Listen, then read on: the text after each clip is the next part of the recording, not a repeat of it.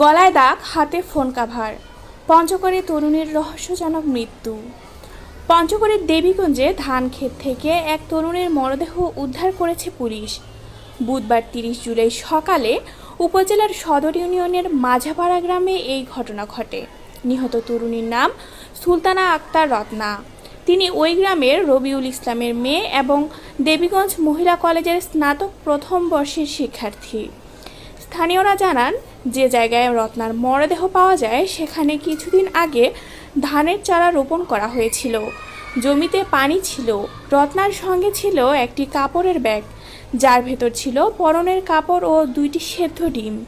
এছাড়া তিনি এক হাতে মোবাইল ফোনের কাভার ধরে রেখেছিলেন, তবে মোবাইল ফোনটি পাওয়া যায়নি। রত্নার বড় ভাই মামুন ইসলাম জানান, আমি সকাল 6টায় বাসা থেকে কাজে বের হই।